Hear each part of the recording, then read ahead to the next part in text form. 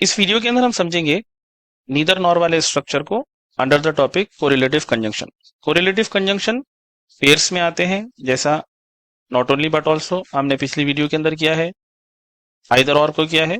यहाँ पे हम समझेंगे नाइदर नॉर। नाइदर को नीदर भी पढ़ा जा सकता है। अब इस स्ट्रक्चर को समझेंगे। एग्जाम्पल है आपके सामने, you should not speak in Urdu, you should not speak in Hindi. ये ऊपर की इंफॉर्मेशन एक्स्ट्रा दी गई है और आमतौर से होता यह है कि एग्जाम में नेगेटिव सेंटेंस देता है, क्योंकि नाइदर नॉर नेगेटिव सेंस देता है। यहाँ पे डेफिनेशन भी लिखा हुआ है, the structure neither nor make statement about two people और things to show none of the two. Either or के अंदर होता यह है कि आपके पास ऑप्शन होता है कि आइदर ड्रिंक, आइदर टी और कॉफी। आप दो चीजों के अंदर एक चीज को सेलेक्ट कर सकते हैं, लेकिन नाइदर नॉर के अंदर दोनों में से कोई चीज को भी आप सेलेक्ट नहीं कर सकते हैं, यानी आपके पास ऑप्शन होता ही नहीं है। ऐसे सेंस में नाइदर नॉर को इस्तेमाल करते हैं। और कैसा करेंगे इसको देखें आप। You should not speak, you should not speak को मैंने यहाँ रेड फॉन्ट दिया है क्योंकि ये सिमिलर पार्ट है। सिमिलर पार्ट को आप वन टाइम लिखेंगे, ओके, यू शुड स्पीक, और नॉट को रिमूव कर देंगे, क्योंकि जब नाइदर आप लगाएंगे तो नॉट नाइदर ही नॉट का सेंस देगा, इस वजह से आपको नॉट को रिमूव करना होगा। दोनों में से भी रिमूव कर चुके हैं हम, यू शुड स्पीक, ओके।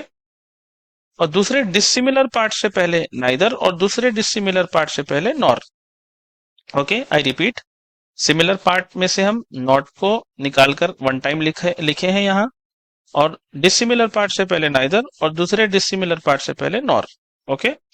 और जो मैंने बात कही यहाँ लिखी हुई है इस रूल के अंदर। और आगे बढ़ते हैं।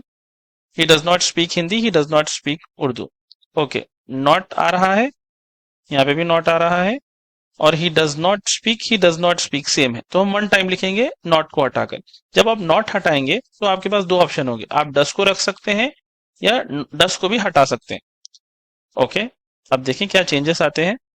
He speaks neither Hindi nor Urdu, okay. जैसे ही आप डज नॉट को हटाएंगे तो क्योंकि ये प्रेजेंट टेंस है और एस ऐड हो जाता है क्योंकि सब्जेक्ट सिंगुलर है, राइट, ओके। डज नॉट जब हटाएंगे आप तो ये जो वर्ब है उसमें एस आ जाएगा क्योंकि सब्जेक्ट सिंगुलर है। ये सिंपल प्रेजेंट टेंस है। और सिंपल प्रेजेंट टेंस के बारे में जानना हो तो उसके बारे में अलग से वीडियो देखें आप, उसके अंदर ये सारे रूल्स समझ जाएंगे आप। और शायद नोट लिखी हुई है यहाँ पे, if we remove does not remove करेंगे तो द वर्ब टेक्स एस और यस, और यहाँ दे रहा है रिफर सिंपल प्रेजेंट टेंस। ये आप करते चले जाएं, you can check the answer. डिब्बर ट्रांसफॉर्मेशन ऑफ सेंटेंसेस के अंदर ये ब्लैंक्स भी लिखे हुए हैं, आप वहां लिख सकते हैं आपके सेंटेंसेस और आंसर भी चेक कर सकते हैं। और आगे बढ़ते हैं। The dogs are not going outside, the cat is not going outside, okay. तो यहाँ पे शुरुआत से ही सब्जेक्ट अलग अलग है, डिसिमिलर हो चुके हैं। अब तक सिमिलर पार्ट को वन टाइम लिख रहे थे ना, अब यहाँ पे सेंटेंस की शुरुआत ही डिसिमिलर पार्ट से हो रही है, तो नाइदर पहले आएगा, यानी पहले अनकॉमन पार्ट से पहले, और नॉर दूसरे अनकॉमन पार्ट से पहले। और कुछ और चेंजेस आएंगे इसमें, जरा आप गौर करें। Neither the dogs nor the cat. अब यहाँ पे गोइंग आउटसाइड, यहाँ पर भी गोइंग आउटसाइड, इंफॉर्मेशन सेम है तो हम इंफॉर्मेशन वन टाइम लिखे हैं। हेल्पिंग वर्ब का इशू हो सकता है, आप इसमें कंफ्यूज हो सकते हैं। आर भी है, इस भी है, और दो सब्जेक्ट है आपके पास। तो जब है ऐसा तो आप क्या करें, जो क्लोजर सब्जेक्ट है यानी सिंगुलर है तो वर्ब उसके अकॉर्डिंगली जाता है, राइट।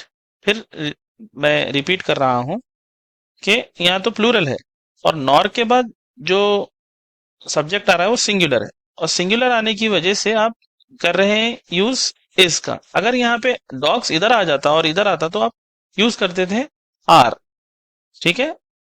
नोट लिखी हुई है, which ever the subject is close the verb agrees accordingly. ये वही लाइन को एक्सप्लेन करने के लिए नोट लिखी गई है। और सिक्स्थ वाला आपको करना है, सेवंथ वाला भी आपको करना है। आप आंसर चेक कर सकते हैं। और लास्ट में क्वेश्चन है, ये टेस्ट के क्वेश्चन है, इसके भी आंसर देख सकते हैं। ये इसके लिंक आपको डिस्क्रिप्शन में नहीं मिलेंगे, वेबसाइट में मिल जाएंगे। Okay, braveBird.in। Hope you have understood. Thank you.